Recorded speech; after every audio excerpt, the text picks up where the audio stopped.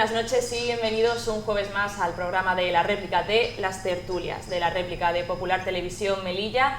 En el coloquio, porque más bien va a ser un coloquio, también puede caer en debate, pues hablaremos específicamente de educación y para ello pues no contamos con partidos políticos, sino que contamos con profesionales del sector educativo precisamente y sobre todo pues vamos a tratar, debido a las agresiones, al acoso escolar que se ha dado en el primer mes de este curso 2022-2023, pues vamos a tratar un poco pues cómo funciona el protocolo, cómo se puede evitar casos de acoso, ya sea en el mismo colegio, también a través de redes sociales que se puede dar. Así que para ahondar bien en este tema, pues contamos con tres tertulianos que precisamente son docentes, que saben de este tema porque lo viven y tienen que lidiar con muchísimos alumnos. Así que primero los vamos a presentar. Tenemos pues a Antonio Molina, que es docente en el Instituto Rusadir y ha ejercido como jefe de estudio, así que bienvenido y gracias por estar con nosotros. Buenas noches. Muchas gracias, buenas noches.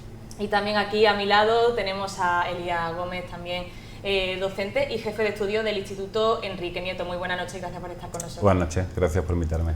Y también ella es más conocida y ha pisado este plató para entrevistarla. Contamos con Elvira Sánchez, también docente y miembro del secretariado de SATESTE. Bienvenida. Bienvenida, gracias. Pues vamos a hablar de este tema, vamos a hacer un repaso de lo que ha pasado con los titulares solamente, porque no vamos a hablar concretamente de los casos, porque no se sabe totalmente todos los detalles y por respeto a las personas implicadas.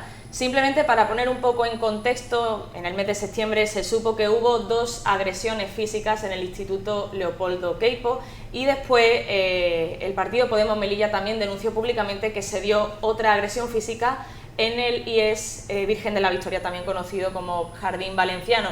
Pero no vamos a concretar en estos casos, sino que vamos a preguntar a los tertulianos con los que contamos hoy, pues qué es lo que está ocurriendo exactamente, porque en muy poco tiempo pues se ha conocido públicamente y a través de los medios de comunicación pues que ha habido unas agresiones pues bastante fuertes, porque son agresiones físicas que han acabado en centros de salud. No sé qué está ocurriendo exactamente, ¿se da más visibilidad? ¿Se habla más de este tema? Porque esto ha pasado en otro año y en otros cursos. Vamos a empezar por Antonio Molina. No sé cómo ve esta situación, qué está ocurriendo exactamente. ¿Hay más violencia en los colegios? Yo diría que no. Yo diría que ha habido una coincidencia temporal entre estos sucesos y también ha habido una coincidencia en que los padres le han querido darle más relevancia, han querido no publicitarlo, pero sí han querido que saliera de las paredes del centro. En ocasiones, y creo que eso ocurre en todos los institutos, incluso en los colegios, en la mayoría de las ocasiones las agresiones físicas, que las hay, no solo ahora, y no solo en estos centros, se suelen arreglar con medidas disciplinarias internas y de forma interna hablando a las familias, sin que eso impida que haya un castigo y que lo excluya. Pero por lo general no suele trascender a los medios, sino que el centro impone las medidas pertinentes, según el BOE del 95, y las familias se suelen mostrar conforme porque reconocen, en fin, la gravedad de los hechos, si es la familia del que ha agredido, y se conforma con la medida tomada con el centro, la familia del agresor antes y del agredido ahora. Yo creo que ha coincidido en el tiempo, casualidad, y ha coincidido que la familia ha considerado oportuno el darle mayor relevancia exterior. No sé, Elías Gómez, pasamos a su turno, no sé qué piensa. Pues yo estoy bastante de acuerdo con Antonio, no del todo, y me gusta no estar de acuerdo del todo con nadie, especialmente con Antonio. Esto pasa con relativa frecuencia, con la frecuencia que tiene que pasar, porque yo doy clases en el Enrique Nieto y el Leopoldo Queipo supongo que tendrá más o menos el mismo número de alumnos, son más de 1000 alumnos que conviven todos los días allí, y entonces pues hay conflictos, especialmente cuando, al menos en mi visión, por ejemplo, mi centro fue construido hace casi 50 años para 400 alumnos.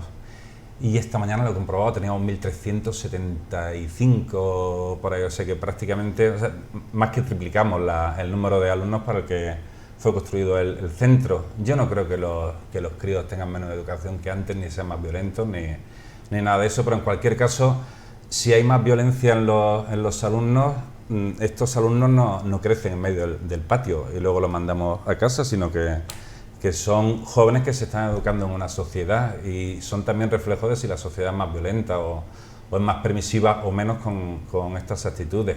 Yo sí creo que se denuncia más, porque es verdad que antes tanto padres como incluso profesionales de la educación, pues oíamos bastantes veces esto de que son cosas de críos y tal, y ahora tenemos menos tolerancia. Entonces, es como el tema de sin comparar porque no son lo mismo, pero como el tema de las agresiones sexuales.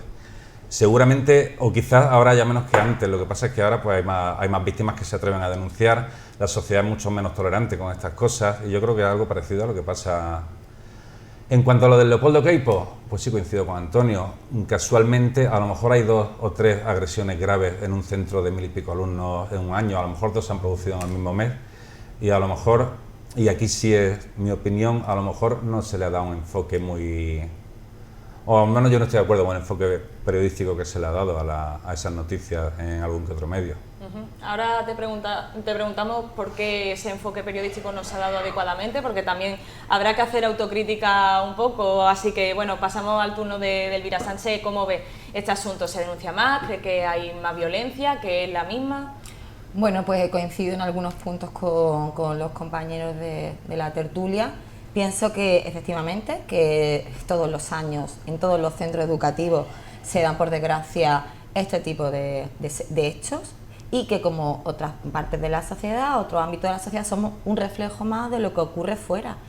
Eso no significa que no se le deba dar la importancia y que tengamos que intentar entre todos poner los medios posibles para que pues, no sea un incremento importante. Coincido con Elías en que lógicamente estamos desbordados, los centros están desbordados de alumnos, estamos hablando de 1.300 alumnos y las ratios son elevadísimas, es decir, el número de profesorado para atender esos alumnos no es el que consideramos suficiente y eso creo que también estaremos todos de acuerdo. Por lo tanto, si lo que se pretende únicamente es controlar que no haya conflictos, que no es nuestro propósito en los centros educativos, porque nosotros somos formadores, educadores, pues va a ser imposible, porque no tenemos las herramientas suficientes como para poder controlar todo lo que ocurre en cada uno de los espacios, que ya sabéis que son espacios muy antiguos en los que no tenemos total visibilidad continuamente de todos nuestros alumnos en todo momento. Entonces yo creo que, y podría ser a lo mejor algo que aúna todas las opiniones ya vertidas por mis compañeros, creo que es un claro reflejo de lo que ocurre también en la sociedad. Y no estoy de acuerdo en cierta forma con lo que comenta Elías. Yo creo que todos tenemos que estar muy sensibles, los padres y el resto de la comunidad educativa, entre las que nos encontramos lógicamente, pues yo pienso un pilar fundamental, que somos los docentes, en los que tenemos que ser muy sensibles a este tipo de acontecimientos, que tenemos que estar abiertos a que existen nuevas formas de violencia que no estábamos acostumbrados cuando a lo mejor nosotros los tres éramos pequeños, como puede ser pues, el acoso en las redes sociales, etcétera, etcétera, y que pues esta sensibilidad nos lleva a ser pues muy estrictos en cómo tenemos que comportarnos con nuestros alumnos y lo que le debemos exigir. Y los centros educativos pues tienen, que ya hablarán mis compañeros, tienen unas herramientas para poder controlar y sobre todo para poder sancionar aquellos actos que están dentro del reglamento, que se consideran fuera de una actitud normal de respeto y democrática en un centro educativo, y luego también hay que tirarle la oreja, como no puede ser de otra manera, desde mi punto de vista y como representante de un sindicato, al Ministerio, a los máximos responsables educativos, que no ponen todo a nuestro alcance para que la convivencia escolar sea lo deseable y lo que cada uno de los docentes queremos en el día a día. Antes de seguir con el tema de que al final la máxima responsabilidad es la dirección provincial, aquí en la ciudad, el trato periodístico al que ha hecho mención Elías, bueno, se sabe que El Faro de Melilla fue el que sacó esa primera noticia de la primera agresión, también sacaron el resto, por ejemplo. Entonces, simplemente por apunte, ¿qué es lo que ocurrió sin concretar lo que es el caso en sí? Porque obviamente no tenemos toda la información y por respeto a ver cómo se está dando esta situación entre la familia, los alumnos y el instituto. A mí me ha faltado especialmente que en ciertos entrecomillados, como por ejemplo un profesor de guardia, comillas, se estaba fumando, comillas, yo creo que cuando, y a lo mejor estoy hablando más de la cuenta porque yo no soy profesional del periodismo, pero creo que cuando uno entre comillas tiene que decir cuál es la fuente de ese entrecomillado, si puede decirla. Y también me ha faltado que no sé hasta qué punto... Hombre, nosotros no... Digamos que ni siquiera el director del centro, que es el máximo responsable de un centro, es relaciones públicas en realidad del centro. El máximo responsable es el director provincial. Y me ha parecido que la noticia era un poquito difusa. Dos profesores de guardia... Yo no he hablado con compañeros del Leopoldo Queipo desde el incidente, o al menos no he hablado acerca de estos incidentes que no le gustan a nadie. Yo estudiaba en el Leopoldo Queipo, tengo muy buen recuerdo de ese centro y me apena que pasen estas cosas. Pero no he echado en falta todos los puntos de vista, que creo que en una noticia son los que hay que buscar, los de los alumnos, que son los principales afectados, porque si se monta un sistema educativo como el que tenemos en España es para los alumnos. No es para los profesores ni siquiera para los padres, sino para los alumnos. Y entonces yo creo que tienen que quedar claros los puntos de vista de los alumnos que tengan algo que decir, porque lo hayan presenciado, por lo que sea, de los padres y madres y tutores legales, por supuesto también, pero también de los profesionales que podrían haberle preguntado, no sé, al profesor que supuestamente estaba fumando y al otro que estaba con el teléfono, qué estaba haciendo con el teléfono, no sé. No es eludir la responsabilidad. Hay profesores de guardia en todos los periodos de recreo, igual que en todos los periodos lectivos. Por ejemplo, en mi centro tenemos 4 profesores de guardia por periodo de recreo. Estamos viendo la manera de aumentarlo.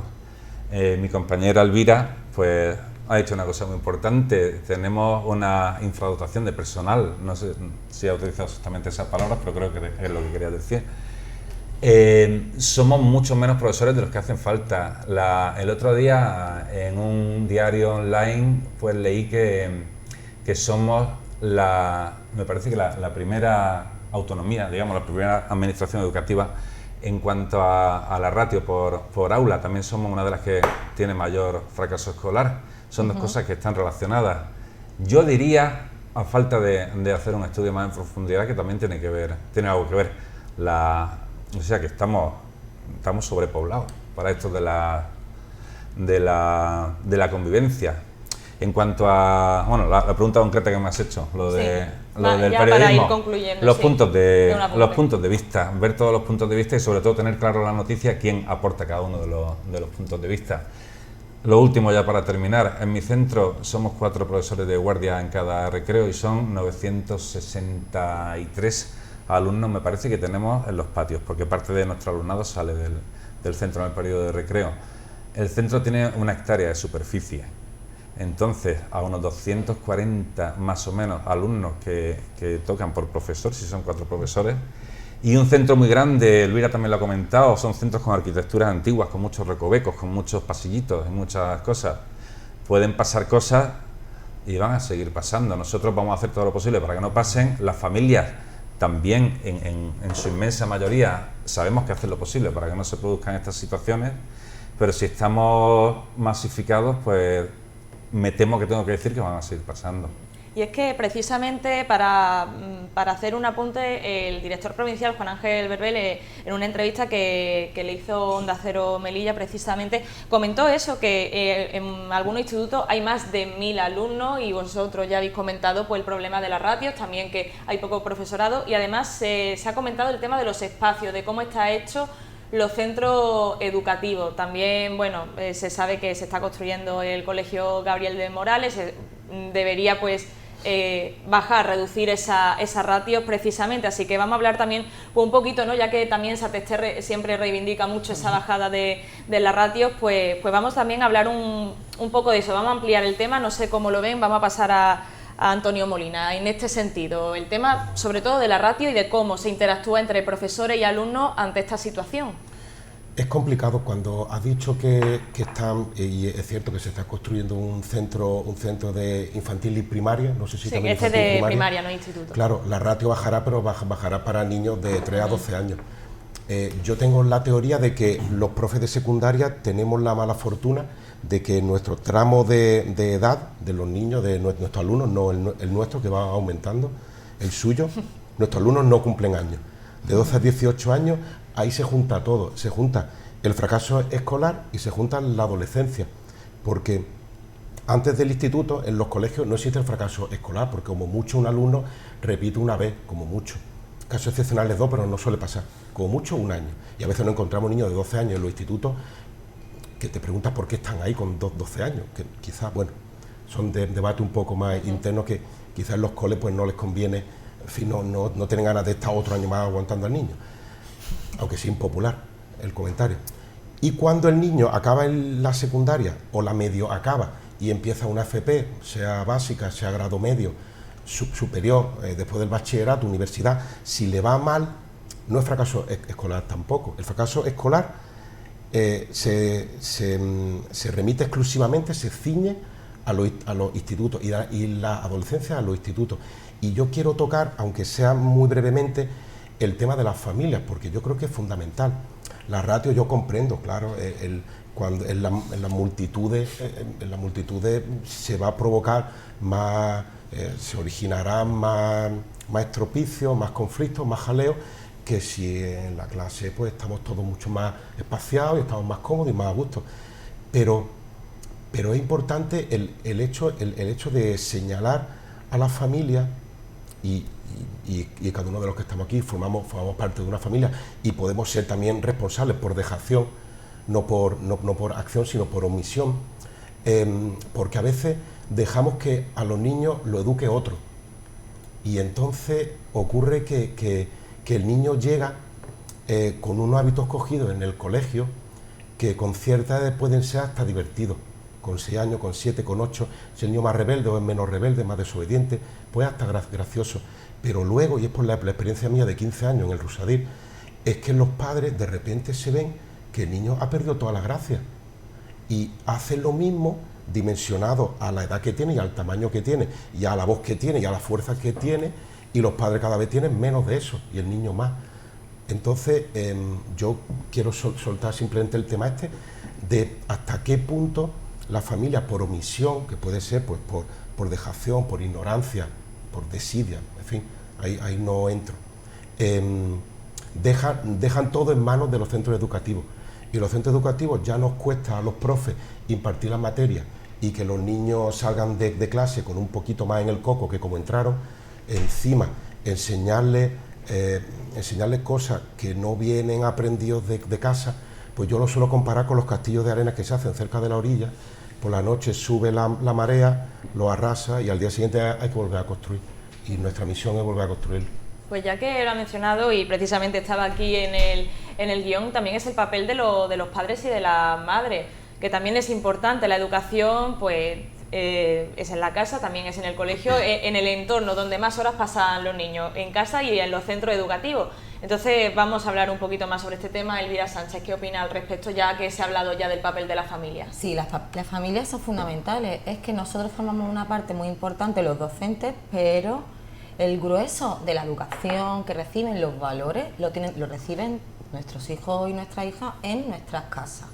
Pero también tenemos que comprender que hay muchos tipos de familias, que en Melilla también hay muchos tipos de familias condicionadas por las brechas socioeconómicas que tenemos. Entonces, como docentes y que preocupados por cómo van a estar nuestros alumnados, pues tenemos que muchas veces pues, intentar, a un tiempo que no tenemos tampoco, que no se cuenta, porque estamos desbordados con tanta tarea burocrática que tenemos encima, en poder hacer un análisis y comprender al alumnado. Para eso, lógicamente, tiene que transcurrir un tiempo, tengo que conocer a mi alumnado, hay unas tutorías que son insuficientes, tenemos muchos alumnos, poder hablar con los padres, pues bueno, cuáles son las preocupaciones de esos padres con respecto a ese niño, y no tenemos el tiempo suficiente como tutores para hacer un seguimiento más individualizado a ese alumno.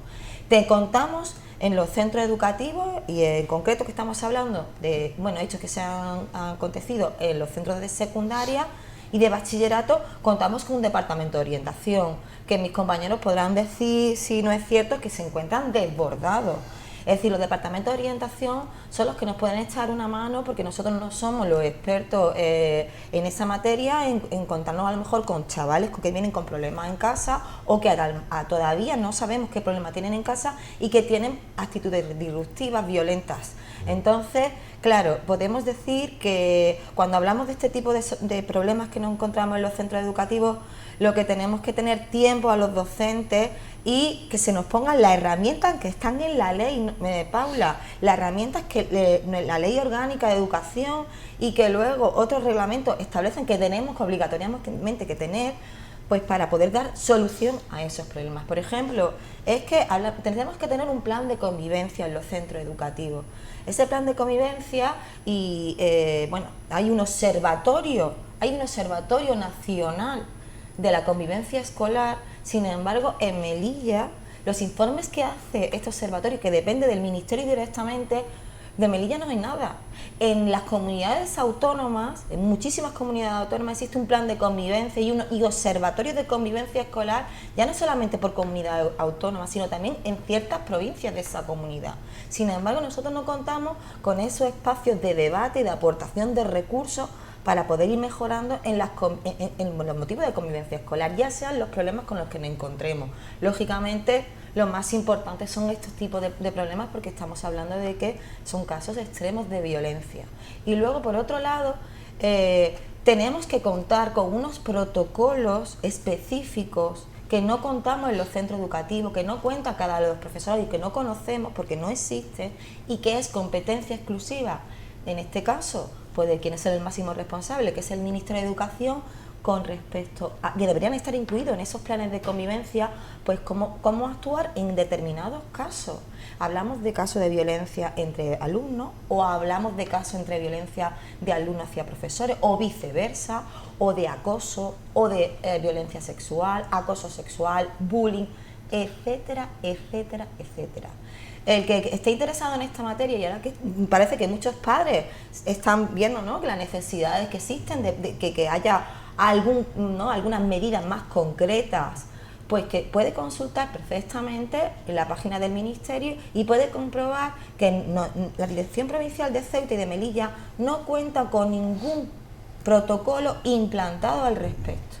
Entonces estamos solucionando los docentes algo como podemos, con los recursos que tenemos. ¿Y cuáles son los recursos que tenemos? Y eso lo podrán explicar mejor. Pues tenemos un reglamento interno en el que se establecen una serie de derechos y obligaciones tanto para los alumnos, y una serie de normas de convivencia, y ahí pues está establecido, estipulado una serie de faltas leves y graves, y con lo que se puede hacer, pues lógicamente realizar sanciones en estos determinados casos. Pero creo que los docentes estamos demandando algo más que eso. Necesitamos, pues eso, unos planteamientos claros y específicos de cómo se debe actuar en cada momento, y no tenemos por qué ser expertos. Nosotros podemos ser psicólogos todos los docentes, somos docentes de nuestra materia. Es verdad que tenemos formación en pedagogía y tenemos experiencia, pero necesitamos saber cómo actuar en cada momento, y eso lo tiene que ofrecer el Ministerio de Educación, y no lo está haciendo.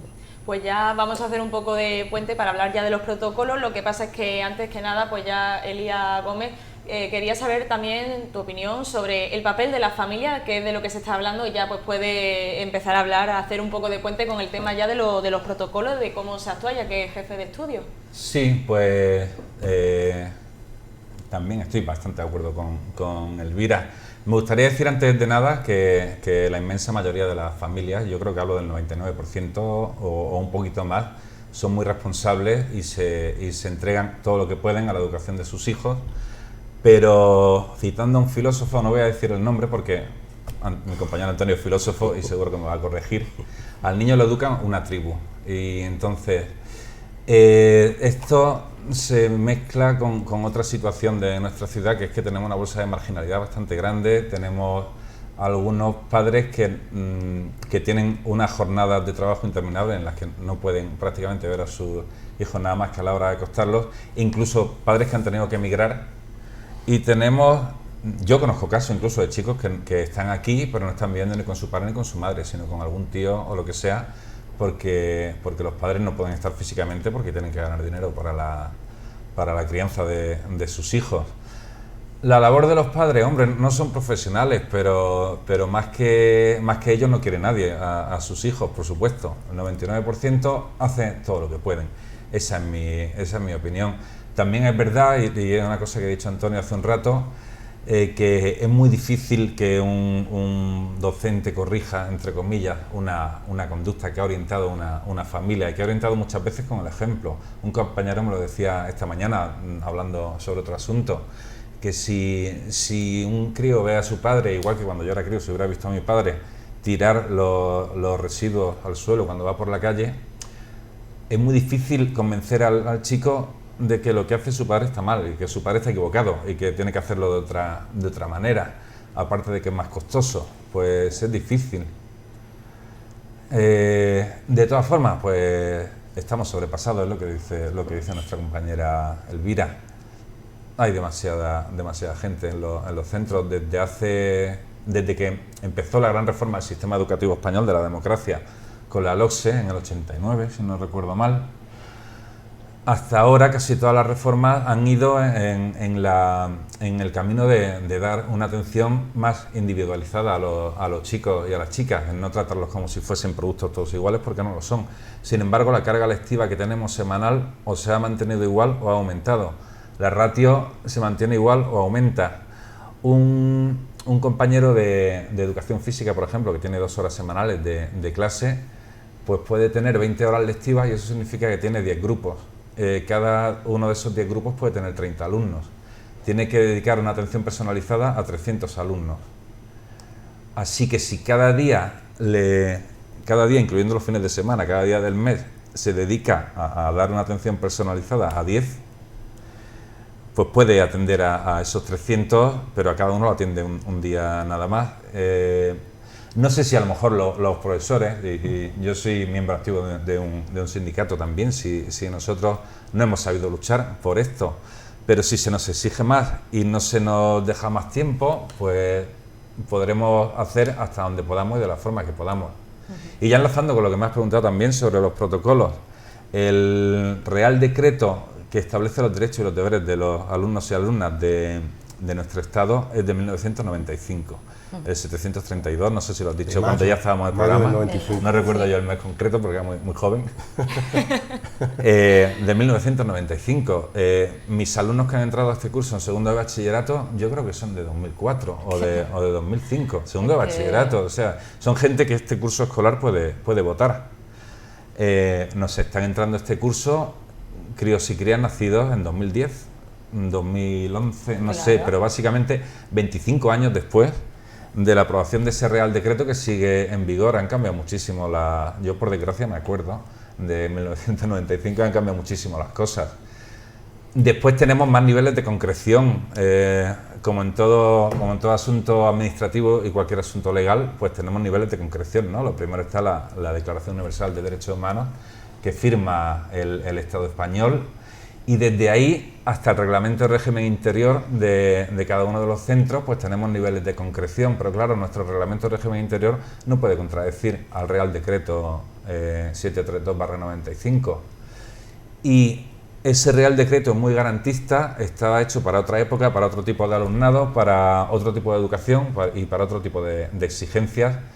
Y francamente tenemos miedo de que lo actualicen, porque a lo mejor si lo actualizan es a peor, o por lo menos eso es lo que pensamos.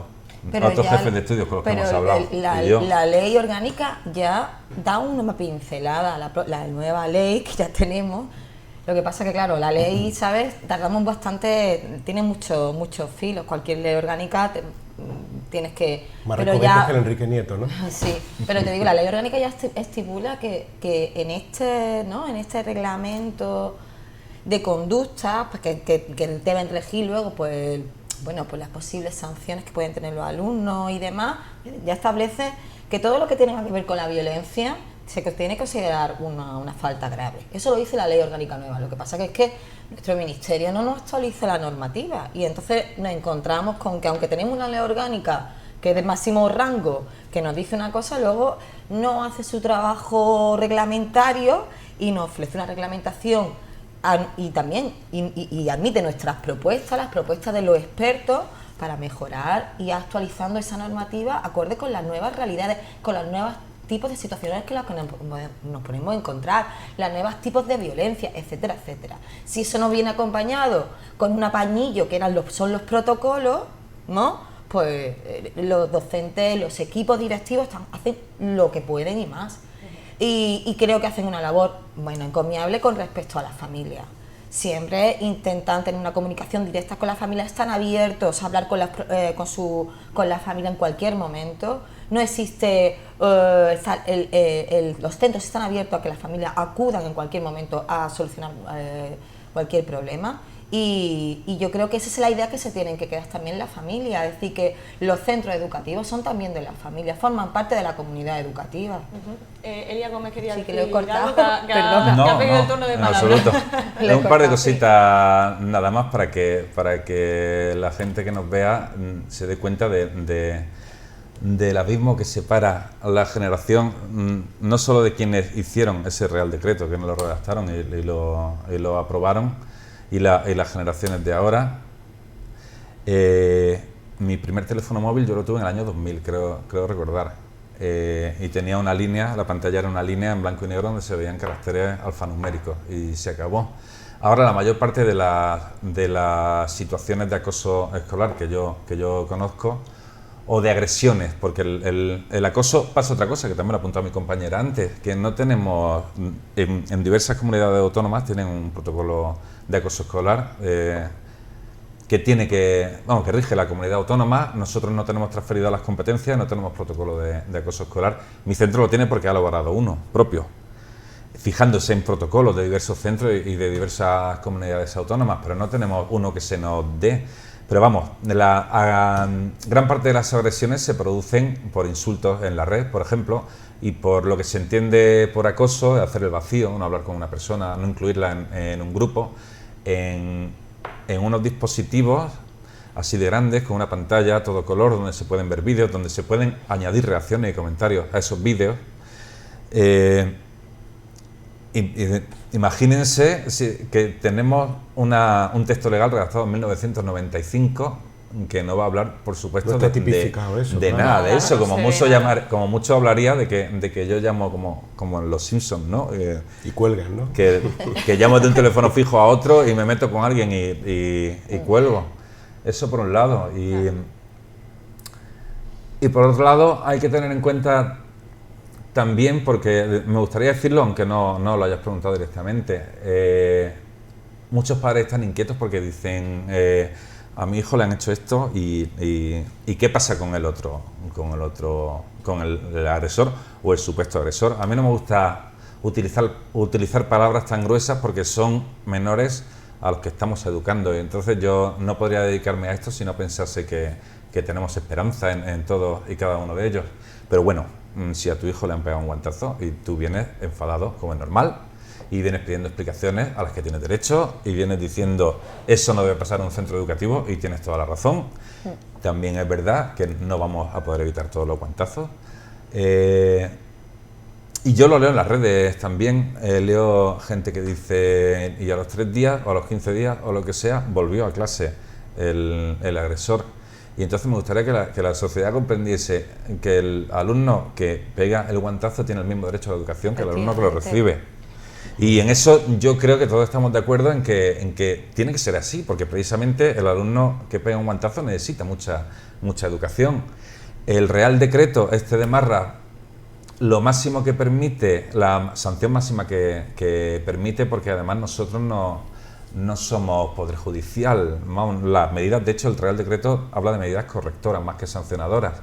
La máxima medida correctora que permite es el cambio de centro escolar, que se puede entender como que están moviendo un problema, entre comillas, porque un menor nunca es un problema, un menor es una persona a la que tiene derecho a ser atendida educativamente. Pero sí es verdad que lo cambias de aquí a aquí y no se plantean más medidas, ¿qué más se hace? Parece que no pasa nada más y si no se le cambia de centro, que es una medida extrema, que es para los casos más graves, por decir una burrada, por apuñalarme a mí, pues tendría un cambio de centro a lo mejor, aparte de lo que pudiera tener. Si es mayor de 14 años tendrá responsabilidad penal también. Vamos concluyendo, Elías, sí. Sí, termino ya. Que el chico o la chica tienen derecho a la educación y que tienen que volver, y mientras sean menores de 16 años, además tienen la obligación de estar escolarizados. Y bueno, pues eso es lo que hay. Pues vamos a hacer una pequeña pausa publicitaria y cuando volvamos le pregunto a Antonio también sobre este tema de protocolo, ya que también ha sido jefe de estudio, y también en temas de expulsión, pues cómo se actúa después, si ese menor después si tiene deberes, cómo se le educa ya que está fuera del centro, así que vamos a tratar también ese tema, pero después de lo anunciado. Ahora volvemos.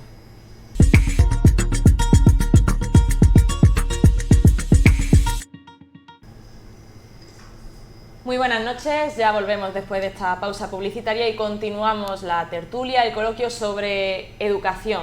Y precisamente nos habíamos quedado pues hablando de los protocolos, de las normativas, de cómo se puede aplicar en un centro o en un otro. Elías había comentado pues que en su instituto se había hecho una especie de protocolo antiacoso. Entonces cada centro es un poco diferente, por así decirlo. No sabemos cómo se actúa. Entonces vamos a pasar a Antonio Molina, que ha sido jefe de estudio. Entonces, a su parecer, ¿cómo se debe actuar ante unos casos muy graves como las agresiones físicas entre alumnos?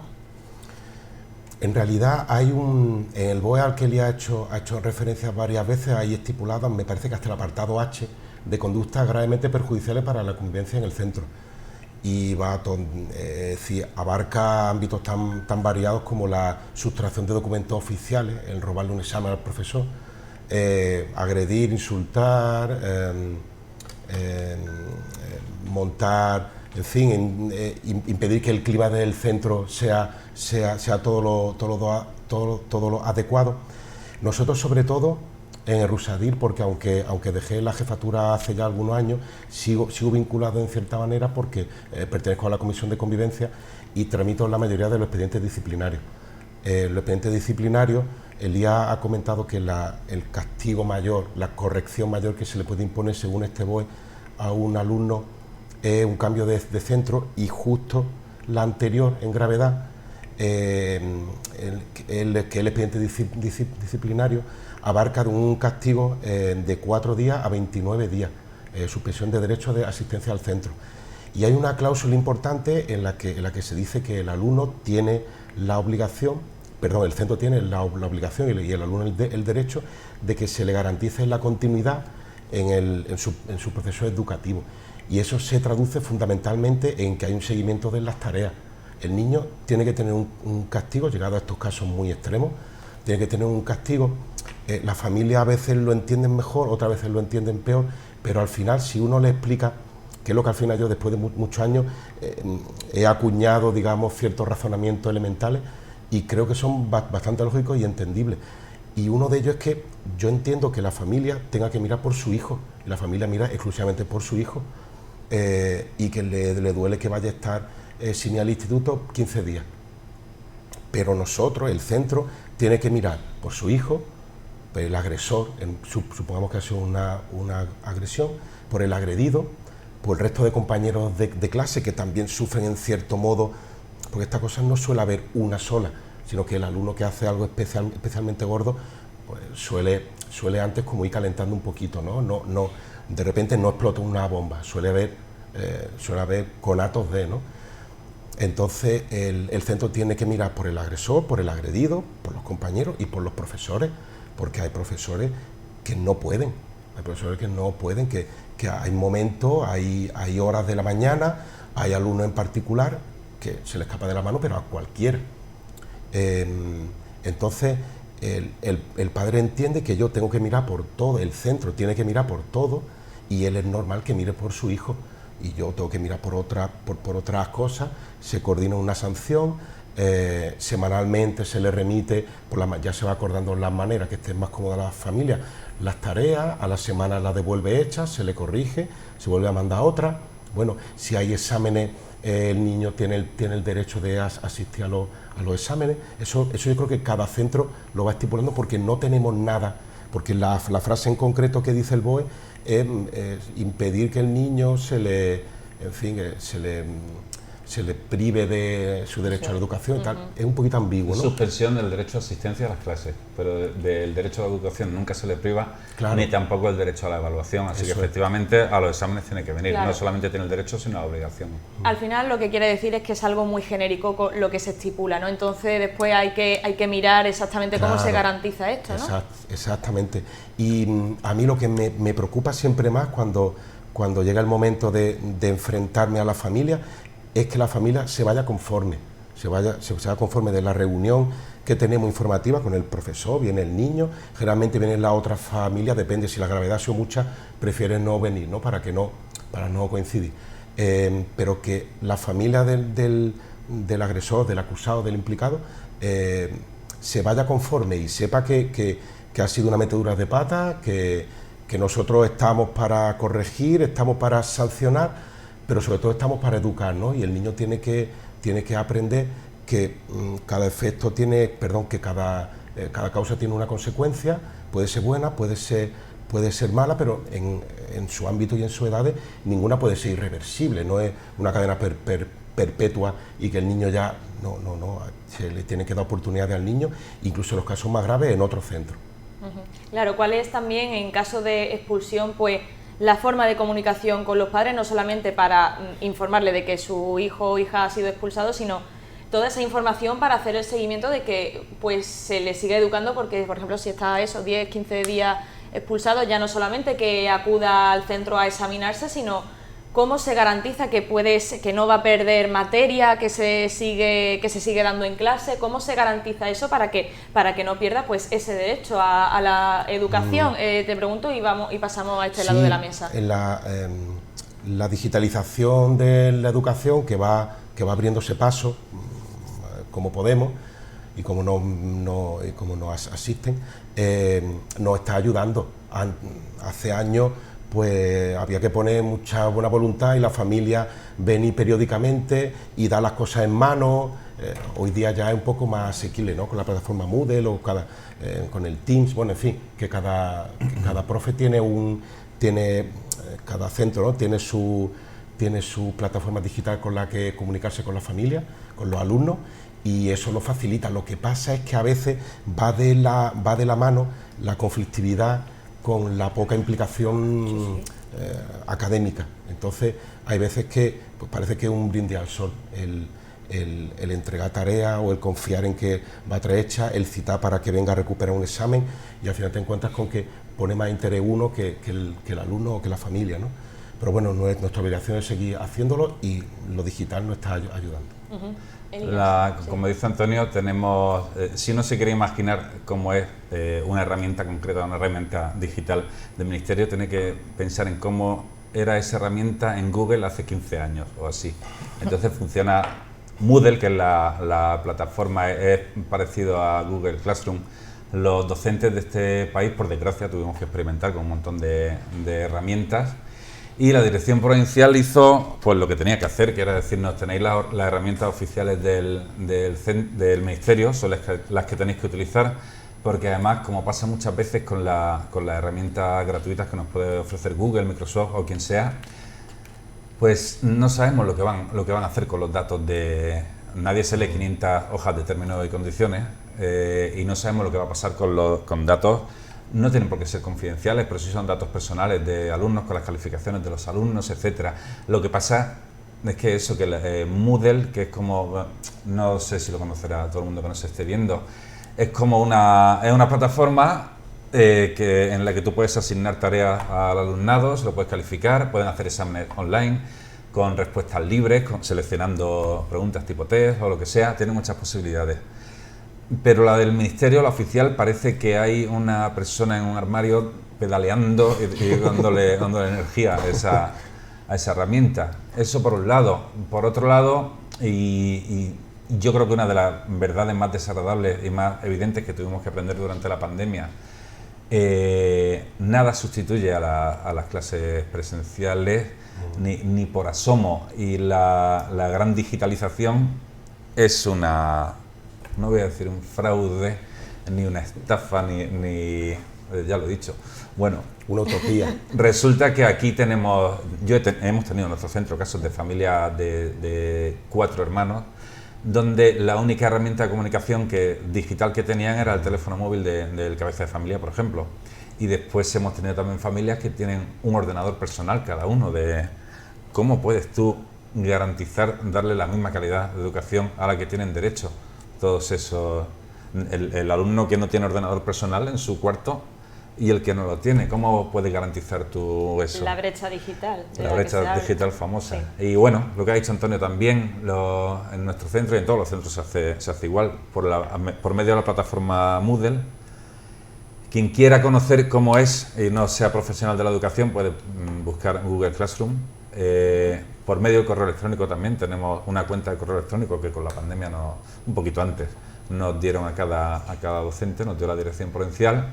Y en un caso extremo, porque hay familias que pues son también de otra generación, no saben manejarse con el correo electrónico, pues si el alumno o la alumna van a estar expulsados 15 días, pues cada 3 días se pasan los padres y recogen tareas que se les ha preparado en fotocopias o lo que sea.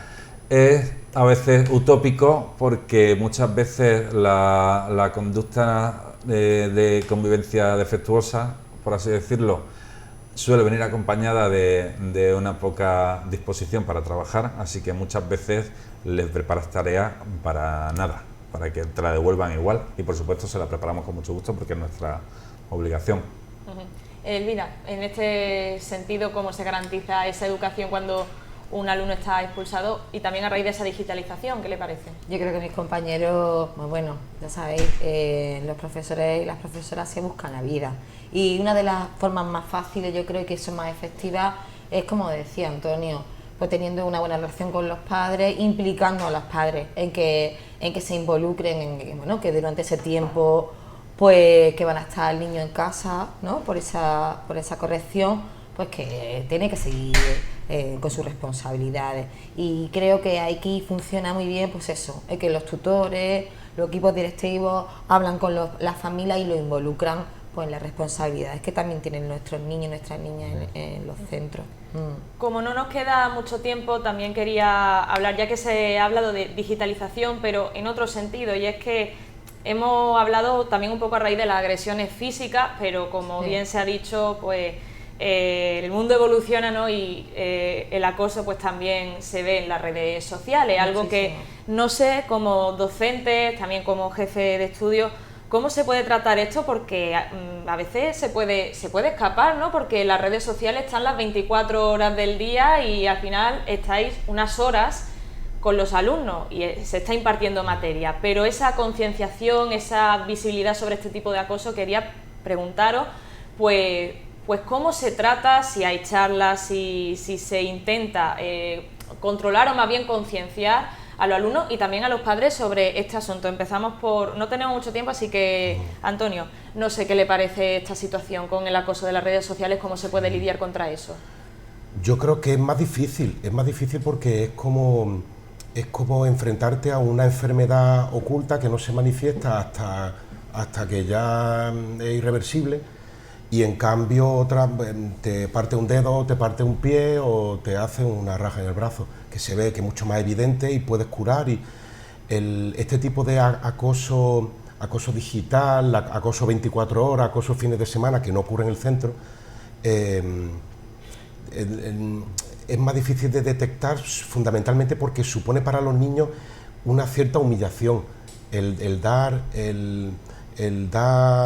visibilidad a esto, el que el niño tenga la valentía de manifestarlo a lo mejor a los padres, y vienen los padres o a lo mejor directamente al tutor o a jefatura, supone para el niño un paso mucho más valiente, mucho más decidido, y a lo mejor algunos no están dispuestos a hacerlo. Claro, porque el tema también es a quién acudes, si tienes algún problema. El alumno a veces le da vergüenza decírselo a sus padres, no sé, a veces se cuenta con los profesores. Es complicado, ¿no, Elías? No sé qué te parece este asunto. Es muy complicado, entre otras cosas, porque a veces este acoso que se da en las redes se da fuera del horario escolar y fuera del espacio escolar también. Así que incluso podría uno cuestionarse si tiene algo que decir el centro en cuanto a la corrección de esas conductas, porque lo hace, por ejemplo, un alumno con un teléfono móvil que le han comprado sus padres, con una cuenta que se ha hecho con su cuenta de correo electrónico, lo hace a las 6 de la tarde, lo hace un sábado. Por supuesto, has hablado de si damos charlas y tal, hay planes de acción tutorial en todos los cursos donde se habla de estas cosas. Aquí tengo que hablar bien otra vez de las familias porque casi nunca cuando llamamos a un padre para decir tu hijo o tu hija se está metiendo con este chico en las redes sociales, nunca me he encontrado yo con la situación en que el padre diga, como ha sido fuera del centro, pues que a mí no me digáis nada y me desentiendo, ¿no? La verdad es que gracias a su colaboración hemos podido cortar varias y corregir conductas de este tipo, pero si no quisieran a lo mejor no podríamos, quién sabe. Como ya se ha dicho antes, pero otra vez, es que no existían estas herramientas de acoso cuando surgió la normativa que las tiene que corregir. Entonces le tenemos que echar bastante imaginación, lo que podemos. En mi centro está prohibido utilizar el teléfono móvil en horas de clase, incluso aunque estén en el patio, ante la posibilidad de que uno, sin ninguna maldad, se haga un selfie y detrás salga otro chico u otra chica. El alumno que tiene el teléfono móvil publique la foto en sus redes sociales, un tercer alumno que puede ni siquiera ser del centro se meta o acose al alumno que sale de fondo en la... Entonces es un tema bastante complicado.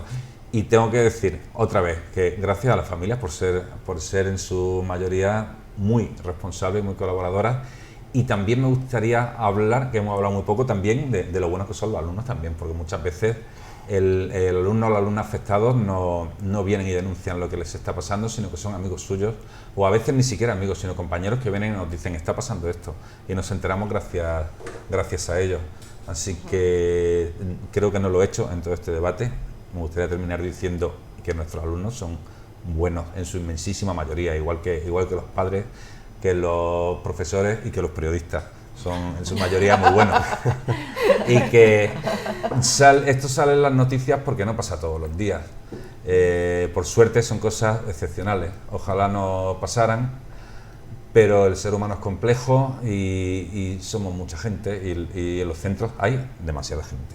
Y ya está, con eso, claro. Yo creo que ya lo he dicho al todo. final siempre se saca un poco la misma conclusión porque va todo un poco en conjunto. Elvira, ¿qué puede decir sobre esto? Yo con respecto al acoso tengo que decir que normalmente viene acompañado el acoso presencial, acompañado con el acoso luego después de clase. Es decir, que no lo separaría, es decir, el niño que está acosado en clase sigue estando acosado fuera en las redes sociales.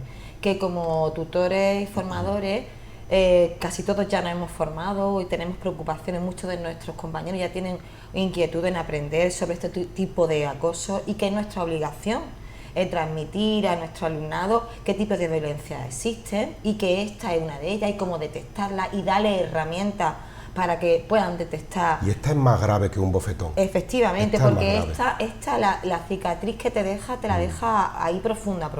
Entonces, creo que nosotros también que damos una formación, no solamente de nuestra asignatura, que intentamos dar otras, ¿no?, de forma transversal, y nuestra obligación también, otros valores, creo que podemos también hablar en cualquier, ¿sabes?, de forma, ¿sabes?, tangente, meter algún tema de actualidad y hablar los tipos de acoso que existen. Yo creo que existen charlas y compañeros que están muy implicados en las tutorías, se hacen actividades y, eso sí, estar ojo a visor como docentes que somos, porque son casos muy invisibles y efectivamente ya empieza a haber valientes, como dice Elías, alumnos también muy sensibilizados que se dan cuenta de que no quieren formar parte de los que son, ¿no?, de los malotes, sino que quieren apoyar al que se siente en ese caso pues discriminado por lo que sea.